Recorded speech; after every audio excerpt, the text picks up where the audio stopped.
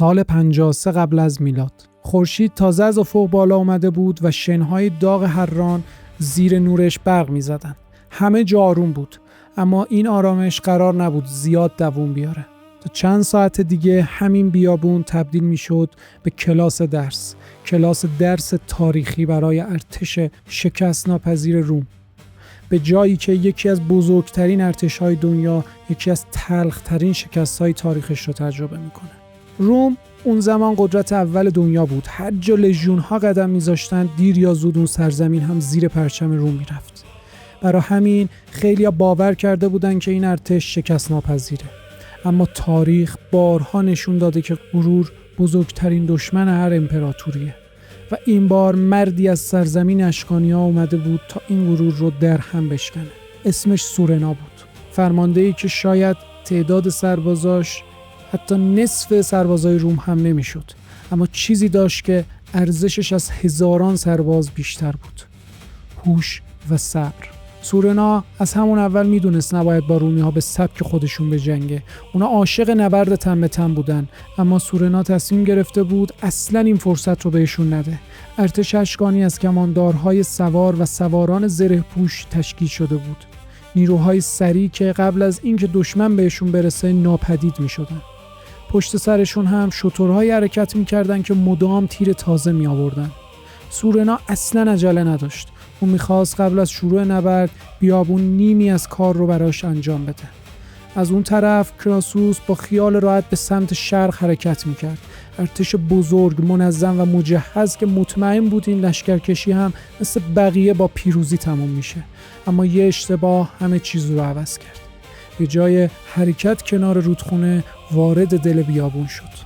گرما، تشنگی و زره‌های سنگین کم کم توان لژیون‌ها رو می‌گرفت.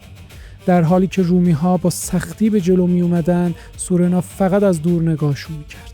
اون می‌دونست هر لحظه که می‌گذره بدون اینکه حتی یه تیر شلیک بشه، ارتش روم داره ضعیف‌تر میشه.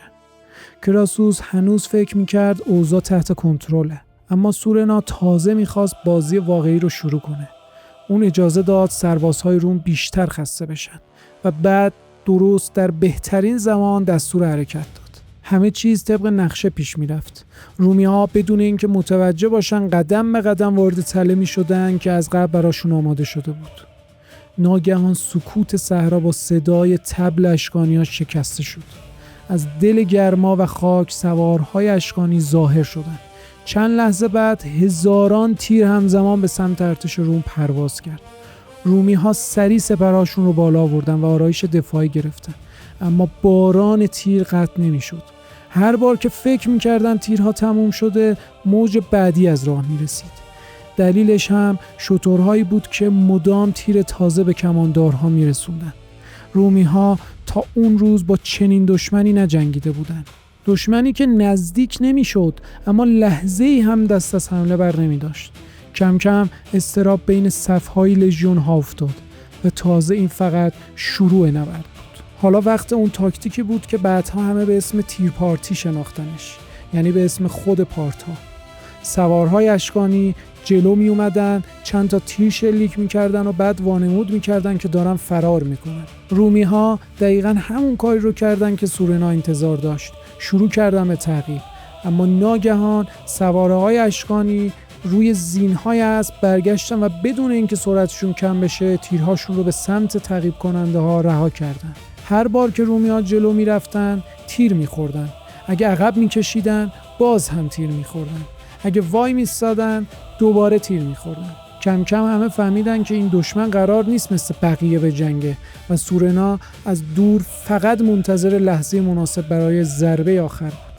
کراسوس که دید اوضاع از کنترلش خارج شده، آخرین امیدش رو به پسرش پوبلیوس بست. به اون دستور داد با سوار نظام حمله کنه و کار اشکانی‌ها رو تموم کنه. پوبلیوس با سرعت جلو رفت. اشکانی‌ها دوباره عقب نشینی کردن و رومی‌ها فکر کردن بالاخره دشمن داره فرار میکنه. اما این هم بخشی از نقشه سورنا بود. کم کم نیروهای پوبلیوس از ارتش اصلی فاصله گرفتن. همین که به اندازه کافی دور شدن، سوارهای اشکانی از هر طرف دورشون حلقه زدن. باران تیر دوباره شروع شد. هر طرف که میرفتن راه بسته بود. نمیشد حمله کرد، نمیشد تسلیم شد. نمیشد فرار کرد. بعد از چند لحظه پوبلیوس و بیشتر نیروهاش کشته شدند. با مرگ اون امید و روح ارتش روم هم از بین رفت. وقتی خبر مرگ پسرش به کراسوس رسید، دیگه اون فرمانده مطمئن اول نبرد نبود. روحی ارتش کاملا شکسته بود. صف‌های منظم لژیون‌ها یکی یکی از هم داشتن میپاشیدن. باران تیر هنوز ادامه داشت. سپرها پر از تیر شده بود و سربازها خسته، تشنه و ناامید فقط دنبال راه نجات میگشتن. از بالای تپه سورنا میدون نبرد رو نگاه میکرد. نه میخندید، نه فریاد میزد. اون میدونست دشمن با شمشیر شکست نخورده. اون روحیش از بین رفته. حالا فقط ضربه آخر باقی مونده بود. زمان به سمت غروب میرفت. از اون ارتش عظیم روم فقط گروه‌های پراکنده باقی مونده بودن که دیگه برای پیروزی نمی جنگیدن، فقط برای زنده بودن می جنگیدن. همون لحظه سورنا دستور حمله کاتافراکت‌های اشکانی رو صادر کرد. سوارهای زره‌پوش سنگین با نیزه‌های بلند مثل موج آهن به سمت لژیون‌های خسته حمله کردند. رومی‌ها دیگه توان مقاومت نداشتن. هر جا میستادن محاصره میشدن، هر جا فرار میکردن کماندارهای اشکانی منتظرشون بودن. کراسوس فهمید این نبرد دیگه تموم شده. دستور عقب نشینی داد و باقی مونده سپاهش به سرعت عقب نشینی کردن. فردای اون روز حین مذاکره درگیری پیش اومد و کراسوس کشته شد. رویای فتح ایران همونجا برای همیشه دفن شد. نبرد هران فقط یه پیروزی نظامی نبود. این نبرد ثابت کرد که هوش، صبر و تاکتیک میتونه حتی بزرگترین ارتش دنیا رو هم شکست بده. سورنا با نیروی کمتر اما با برنامه دقیق کاری کرد که افسانه شکست ناپذیری روم برای همیشه ترک برداره. بیشتر از 2000 سال از اون روز گذشته. رد سم اسب‌ها از روی شنهای هران پاک شده. اما اسم سورنا هنوز تو تاریخ زنده است. بعضی از آدما فقط یه جنگ رو نمیبرن، بلکه مسیر تاریخ رو عوض میکنن. و هران جایی بود که دنیا فهمید همیشه پیروزی نصیب بزرگترین ارتش تا دندان مسلح نمیشه.